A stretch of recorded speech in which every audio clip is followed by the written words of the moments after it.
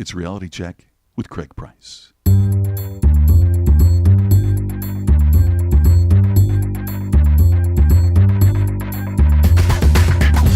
I'm an idiot. 4 minutes in and I'm already wrong. I'm like a monkey. Hello, look at me. You're like a beautiful mind. I'm more like Forrest Gump. So it's, Craig Price is the man. I knew it. Craig, shut up. It's Reality Check with Craig Price. This week, Mike Domitrz is here to discuss his new podcast, The Everyday Mindfulness Show. Welcome to the podcast. I figured since I promoted my own podcast, Matinee Heroes at matineeheroes.com last week, I promote someone else's this week. Now, Mike Domitrz has been on the show several times, and he has now branched out on his own with his own podcast, and I encourage everyone to go take a listen after you hear the show, of course. Mindfulness means different things to different people, so I am sure his guests will be just as eclectic as this show. I'm always up for learning new things from new people, so let's listen to an old friend discuss his new project, the Everyday Mindfulness Podcast with Mike Domitrz.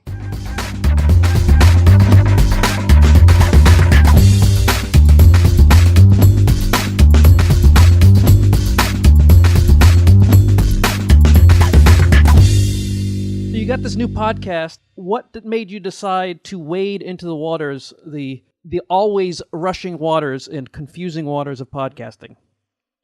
Well, you know what happened was I was with my mastermind group, a group of 5 of us. It's like a mini advisory council to each other's business.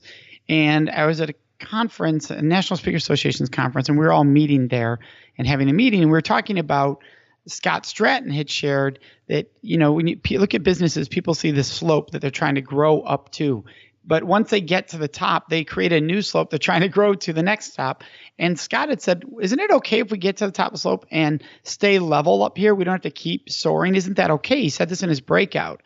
And I've said, yes, why does it always have to be the next greatest? Why can't we actually love where it's at a certain point where we're really busy, we're able to make a big impact in the world, and we don't have to feel like more pressure to do more?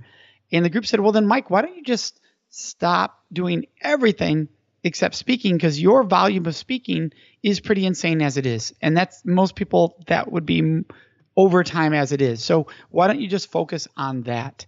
And so I did. And it's nothing new. The agreement was I would do nothing new for 6 months.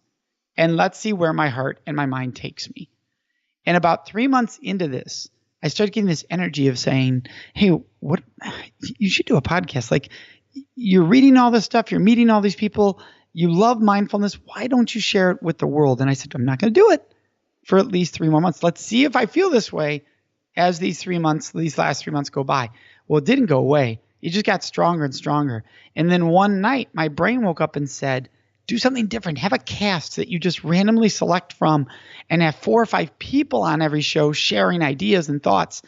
And that's when it really fired up. So I still honored the 6 months. And when the 6 months passed, we launched the Everyday Mindfulness Show. But my question would be, why can't you just do it just to do it versus, because it sounds like you took the 6 months off because you didn't want to do something new for your business. Why couldn't you just do podcasting for fun or something to release? Well, here's the irony. When I decided to do this, I promised myself I would not do it based on outcome, that I would just do this to do it. Here's why I didn't do it before the 6 months run.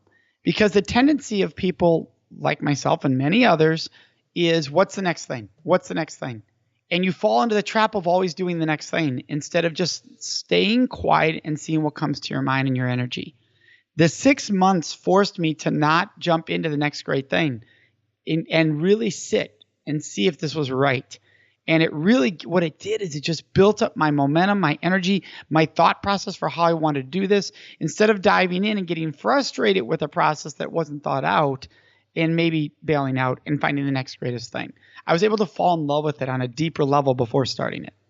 And I think we've kind of fallen into the fallacy of, if your company or your business isn't growing constantly, you're dying, which is not true. If you're able to maintain, which can be a lot of work just to maintain a business. Yes. Well, what happened was I brought on a consultant onto my team now almost 2 years ago, where he said, Mike, look, when we look at companies and we look at their plants and their factories, we look at operational opportunity. And that means, what are you running at right now? If you're running at 110%, we need to build another factory for that 10, actually for about 30%, because you don't even want a company running at 90%. It's too close to something goes down, you got problems. But you can't do that, Mike. You're running at 100%, 98%. Sometimes you're trying to run at 110. You're the machine. When it dies, trouble occurs. And whether that be spiritually, energy-wise, physically, mentally, we need this to be more operational, more optimal, have less going on. So you can be more efficient with what is going on, can run really strong, fast, efficiently without fear. And that was the wake-up call for me. It was going, okay, I'm already running at 100%. What can I do to run at 90 so there's breathing room there? Well, it's called the Everyday Mindfulness Show, and it is a brand new podcast. You're about episode 26 or so? That's right. Yeah, I do research sometimes, and sometimes I listen to a couple of them. I know a lot of people that have been on your show, including past guests like Jess Pettit and Phil Gerbishek, and of course, you've been on several times on this show. So I don't go to everybody who's got a podcast. There's Tom Singer, who does a great job, and then when you said you were going to do this, I'm like, I need to get Mike on because he is someone worth sharing with everyone. So, what is your definition of mindfulness, and how are we not doing it as often as we should? Well, and that's such a great question, Craig. One, I want to say thank you for what you just said about being on your show. I love being on your show. When you put it out there, I jump right away because I love being with you. I just think you ask great questions. It's always a fun conversation. And what happened to me was when looking at mindfulness and what it means, I think it is different. And it's not that anyone listening right now has to have the same definition as me or even concept as me when we thought of this podcast. So I'm going to back up a little bit, because one of the other things that happened in those 6 months was when I said I would do nothing other than speaking, that meant speaking in any form or medium. So I could be on podcast, media, all of that. And we were doing a lot of that. I love being on podcasts. I'm like, I love these conversations. They're so much fun. I want to have fun like that. So when we put the Everyday Mindfulness Show together, it was to not have a set agenda on what we're going to discuss, but how mindfulness, what does it mean to people? How does it show up in different facets of life, in all facets of life? And how do people differ on how they view this? And that's what we want to do. Let's have discussions on how it's so different for everyone. The overall idea of mindfulness is that we're more aware without passing negative judgment against ourselves. So what that means is you train your brain to say, how am I projecting myself to the world right now? Oh, I'm showing a little attitude right now. And instead of going, how dare you show attitude? What an idiot for showing attitude. You're a fool. You go, okay, that's good to know, so that I can be aware of that and transition to a different projection, choose to project something else, and catch ourselves when we're not at our best. Or what am I showing right now? And we are at our best. And to say, yes, this is what I want. And what it got me here, so that I can do that more often. And mindfulness, so therefore, can show up in our love lives, our intimate lives, and I don't mean sexually intimate, but intimate lives of relationships, our family, our businesses, how we view ourselves in working out, how we eat, our financials, our politics, everywhere. Let's look at that. Let's have these conversations. Well, it sounds like a Facebook post I put on the other day where it's like, I have to, for my own well-being, stop answering how you're doing truthfully.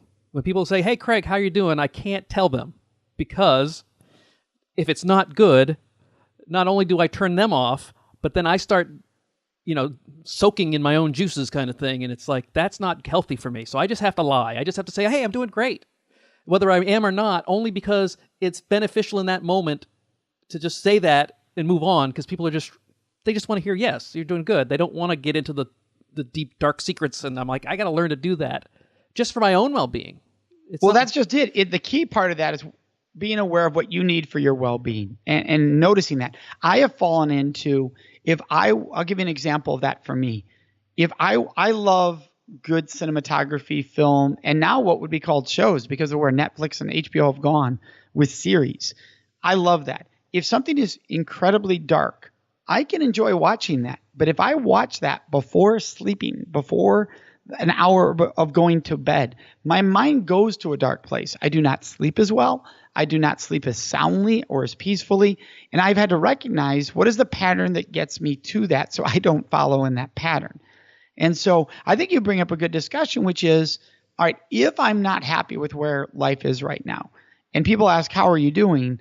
I'm just going to choose to say, oh, fine. There's two ways you can view that. You can say, because no matter what's going on in my life, right now I am fine. In this second, I'm asking them, I am fine. And so there's nothing wrong with that answer because I choose to see all that I am grateful for, right? So let's say that a business is struggling, but I'm grateful for my wife. I'm grateful for my relationship. I'm grateful for my friends. Which am I focusing on that I think I don't have a good life? Right. And it allows us to go deep in those conversations. Right. It's one of those situations where I'm not going to turn down help if someone's offering it, but I have to understand, are they asking to help me, or are they just asking as a social cue? And Correct. So it's one of those things. So what have you learned from, you've been doing 20, that's almost a half year. I learn something every episode I do because I purposely go out and find things I don't know about. You're talking about mindfulness, but you're doing it from such different angles. Has there been someone on who's really shaken the foundation or has opened your eyes to something? Like you, it's really what I love about this is every episode there's a moment like that. Every episode. And that's why I won't just do a show I don't believe in. Like if I'm grateful, I have a team that helps me do this. So Lisa produces the show and she says, here's ideas based on things you've already written, ideas you've shared. Or because what I'll do is I'll read a book and things will come to me and I'll spit those out in a note to her and we'll come up with show ideas for that. But if something else comes to me that I don't believe in, I'm like, yeah, I can't do that show because I'm not going to be in it. I got to be in it. So when I'm coming into the show, I'm already excited by the topic. So somebody always says something to me that makes me go, oh my goodness, never thought of that. Or I want to try that in my life. So an example, yesterday we recorded 3 episodes. One of them was a continuation, and the continuation of a show on sex and mindfulness. And the first episode was getting so much into how we talk about sex to ourselves and our partners that we're like, we have to do a follow-up. So I was excited to get into that one. And right away, we went right into pretty specific, explicit conversation right off the bat. But it led to some great, one of our cast members, because there's more than one, sharing something that I thought, oh, that's great language. That is sensational language right there. And that's what I love about doing the show. Like you said, it's getting that nugget. And that's why I sincerely can in my heart say, I'm okay with whatever the outcome is because I'm growing from this process of doing the show. Absolutely. I do a Matinee Heroes, which is a movie podcast with Alan Cerny, who's a great reviewer. And he was worried about doing the podcast because he does the reviews too. And he didn't want to have the two, I guess, cancel each other out or affect one or the other. And I'm like, well, the podcast is a great way for you to get out rough drafts. Find that language that you're talking about. Find ways of saying it. And the only way you can do that is by saying it, by trying it out, by throwing it out into the world. And if that doesn't work, you just keep moving on. But something will come out, and all of a sudden that language that you will allow you to add that to your repertoire, add that to your program, or just add it to your life. So you now have something that you can explain better because you've had a chance to hash it out a little bit. Yes. And Craig, there are people that do much better by writing first and other people who are at their best when they're ad-libbing. I am the ad-lib. I am at my best when somebody asks a question and I just freely think. That's where I'm usually at my best. And so what's great about podcasting is that you do every week have that medium to explore new conversations and possibilities. And every now and then you say something and go, woo, like, the lights come over you, everything shines in front of you. And you go, did I just say that? Like, that was really intelligent. Did I actually just say that? I need to go back and listen to that because I want to share that snippet going forward in my work because that was great. That was great insight that I've never even said before, or maybe I didn't even think of that way before, that I need to run with and share with the world. You said you have a cast of 70, it says on the website, and even though you've only done 26 episodes, you've got a lot of people in the bullpen. Who are this cast of characters, and what do they bring to the show, and who are they? Well, what we did is we started before the show ever even began, I reached out to a lot of people that on different subject matter experts is what I did, that would bring a wide range and who have also in some way expressed mindfulness interest to me in the past. So that's what we looked at. The mistake I made early on was I thought, let's look for interesting people. And I'd find this person I personally thought was interesting. And then you get somebody on. That doesn't mean that they're great on the microphone. Yes, I have had that problem several times. 1 week of recording, I learned that and said, that's not happening anymore. So we need people that are really comfortable on a microphone, are willing to be vulnerable and honest. And so some of that 70 did not get utilized because we realized that's not a good fit. But what it did is it led to other people joining the 70. And so it's like anything in life. Yes, we have a bullpen of 70, but we really have about 15 that are actively engaged and are jumping to be on shows regularly. And that's okay because the 70 gives us the 15, right? If we only had 20, we might only have 5. And so it allows us to still have a diverse group that's actively participating in the shows. So I know this is almost like winning an award where you don't want to miss anybody's name, but can you name a few of the regulars that come on? Oh, absolutely. So, for instance, Barry Moniak is probably one of the most common people that is on. Rick Clemens is one of the most common people that is on. Jen Rulon is very frequently on the show. I've had Jen Rulon on here. You have? She's the triathlete, correct? Who was my high school classmate. That's how I believe you met her. I think we reached out and connected. Yes. Yeah. And so so let's look at those 3. There's a great example of diversity. In Rick Clemens, he helps people come out of the closets of their life. And so Rick brings a perspective of a life coach that helps people do that, who's also come out of the closet himself late in life, who was in a heterosexual marriage, who came out of the closet, and really is a unique perspective to the conversation in the community and the worlds and the groups that he belongs to, that he brings to the conversation. You have Jen, grew up small town Wisconsin, would leave, go work at SeaWorld as a trainer, become a personal trainer for physical strength and wellness, go on to do triathlons and Ironmans, and inspire people now as a coach. Totally different skill set and perspective that Jen is bringing to the world. Right? Then we have Barry Moniak, who works corporate strategy, who loves discussing different theologies as far as anything from Buddhism to Taoism and how that applies in life and to mindfulness. So those 3 have been on the same show together. And you get a really unique conversation because of that. Is there certain people you're trying to bring in? When you say all these diverse things, like for me, I never know until I see it if I want someone on the show. And I also am like you. I will not put someone on the show if I don't think they're good, because I get solicited all the time, and I'm sure you will be if you're not already. Ideas that just aren't going to cut it. But sometimes someone will offer something I never thought of, and I will go absolutely. But is there certain things that you're looking for guests and topics? Yeah, I love somebody who brings a passion that relates to any topic they can tie into mindfulness.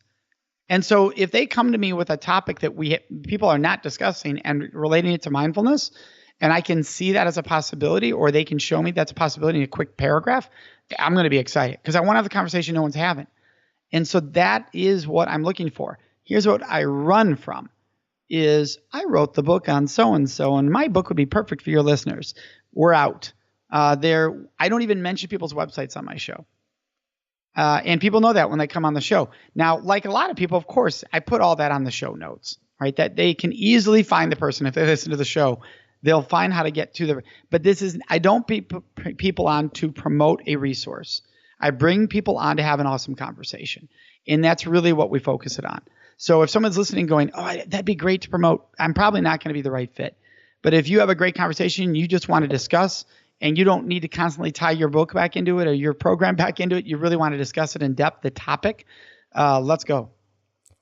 So what have you learned in the short time podcasting? Because podcasting is different for a lot of folks. That's the one thing I try to tell everyone when they ask me, what do you do for podcasting? Well, it's different by the tools you use, by your show you're doing, by the format, by blah, blah, blah. There's hundreds and thousands of different ways of podcasting. So now that you're neck deep in it, what have you seen that kind of took you off guard or surprised you that you thought it's actually easier or harder than? How much fun it is. Like I thought I would enjoy it, but I didn't realize just how much fun it is. Now I want to be very clear there. There's 2 sides to making it fun. 1, doing topics I love with people I love. 2, having a person in place or a team in place. Some people use companies, and we do both. A company in place that I don't have to deal with anything except show up and record. So I just deal with the fun side. Right? I don't deal with the detailed side. of scheduling and making it happen and reaching out. If someone's able to do that, I know not everybody can do that, but if you're able to find somebody to do that, and it's just so much, how much fun it is and how much work it is. If you don't have that person, you better be ready to work, because we use a podcasting production company to do all the production, put it out there, but you still have to okay the show notes. You still have to upload everything. You still have to make sure that what they edited they didn't edit out something that could do harm. In my line of work, that's something I'm very conscious of.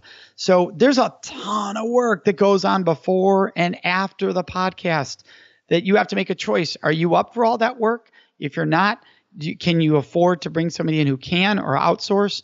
And if you can't, then maybe this isn't right for you, because those 4 hours of every episode's work, or 5 hours or 6 hours that it can build up to, might not be that half hour fun worth it. Yeah, because everyone is like, oh, Craig, you should be doing podcasting professionally and you should be charging for people. And people only want me to produce, which is the worst part of it.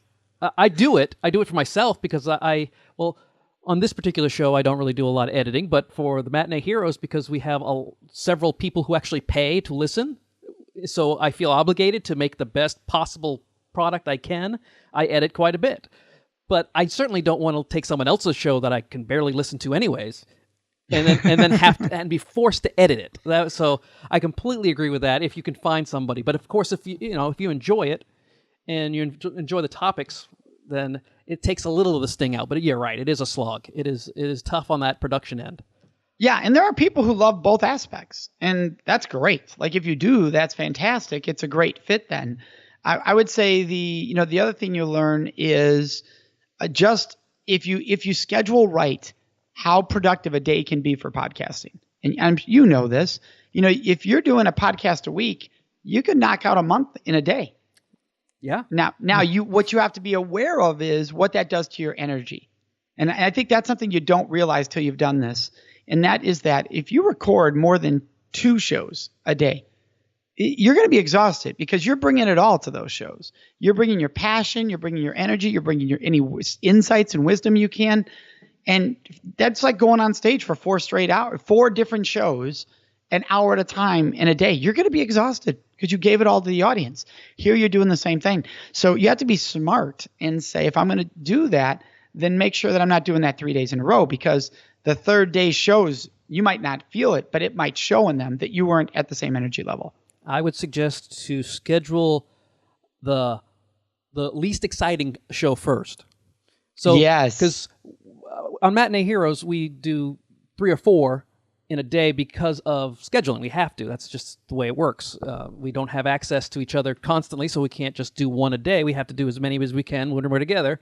And so we always try to put the movie that maybe we all think, but all the movies excite us, but we may not put the most exciting movie first, but the one that we definitely can't wait to talk about, we put at the end. So the energy finally, because it's almost like having a cold on stage. You'll find energy. You'll find that energy if you're sick on stage while you're talking, and as soon as you're done. So you want to save all that, so that last energy reserve, because you're so excited to talk about this awesome movie. So I would suggest thinking about when you schedule, lining up the topics by not necessarily the least liked, but the one that's going to be the hardest for you to concentrate on versus the one that you just can't wait to talk about. I love that advice. Thank you for that, Craig. That is fantastic. And you helped along the way, because, as we started looking at this, I reached out to you and I reached out to Tom and some others and said, hey, what are you doing? Because I think a key part that a lot of people don't realize, and you talk about it, so people do realize, is the simple things of what equipment you're using. I love my setup. And so I have fun sitting at my chair here with my mic, arm in front of me, looking out the view I'm looking at, doing these shows. So my setup is pivotal, and especially recording and backup. I record 3 formats every show I do. So I have a hardwired, Zoom recorder that the show's being recorded through. I use Skype's recorder for that for Mac, and I have another program that I use that records it. And some people go, well, that seems insane, until one of them doesn't work, and then one of them doesn't sound as good. And suddenly the last one was your savior. And we have found that to be huge, huge. And it's just literally touching a button when the show starts, just touching 3 instead of 1. That's all it is. But what a relief it is when that is happening. And now I make sure I record all shows I'm on my own, on 2 of my 3 devices. or apps, because I have found it where the person that I'm on the show of has a recording problem. And you had an amazing show. And they are like, oh, sorry, we lost the show. No, you didn't, because here it is. We're not doing that again. That was too good. Yes, I have rescued Tom Singer once or twice on our conversations with his show. So that is absolutely right. I record all mine as well, just to be safe, and often because I do it so often, mine's a better setup, especially for new podcasts. So they'll be like, wow, yours sounded so great. And it's like, well, that's because I have the experience. I know I used all the crap already, so now I'm trying to improve versus just record. Absolutely. Last one, who is your guest that you can't wait to get? It's someone who may not ever get on your show, but someone you desperately would love to have on your show someday. Wow. I have not thought of that yet. That's an awesome question. When it comes to, I'd like to talk to somebody who's been in one of the most stressful positions the world has ever seen. I think it would be interesting to speak to any kind of world leader, whether that be, former presidents such as Obama or Bush. And I don't mean politically here. I mean just to talk about their mindset, what happens in the day when they're faced with certain circumstances. How did they view it? The Dalai Lama, because individuals like that, what they have faced politically and in threats and others, I think they bring a different conversation of how do you go day to day with that? How do you stay positive? How do you find that energy? That to me would be intriguing. Well, now we're going to do something you don't do on your show, and that I'm going to give it over to you, and you tell everyone where they can find you, where they can find the show, and all that good stuff. Well, I appreciate that. Thank you. It is everydaymindfulnessshow.com. And if you're on iTunes, it's Everyday Mindfulness Show. So it's super easy to find the podcast. If you're looking for me in the work we do, traveling the world, talking about consent and changing our culture or sexually towards one of respect and consent, that you find me at datesafeproject.org, along with all the social media is /datesafeproject. So you go to YouTube /datesafeproject, Twitter /datesafeproject. The one exception is Facebook. It's just DateSafe. And that's how everyone can find me. Well, I wish you all the luck in the world. Podcasting is both fun and difficult at the same time, especially getting an audience. You've got a great built-in audience, so I'm sure you've started off with gangbusters, and you've got a lot of room to grow. So nothing but the best to you, Mike. Well, thanks, Craig, for having me on. And, you brought something there at the very end that's so important. One of the lessons I learned, numbers just don't happen. that people just don't suddenly find a podcast and you suddenly soar. It takes work. And that's the end that others will work on, because I promise myself to stay committed to the quality, and I'll let others do that, because it's work. That is one thing that we've learned. To get a following takes work. That's the show. Thanks to Mike for coming on. And of course, good luck with his new podcast. Feel free to follow the show on Twitter at RealityCheckPod, like the Facebook page, head over to realitycheckpodcast.com and sign up for the newsletter or download the app. And you can email Craig at speakercraigprice.com with comments, questions, and guest suggestions. See you next week.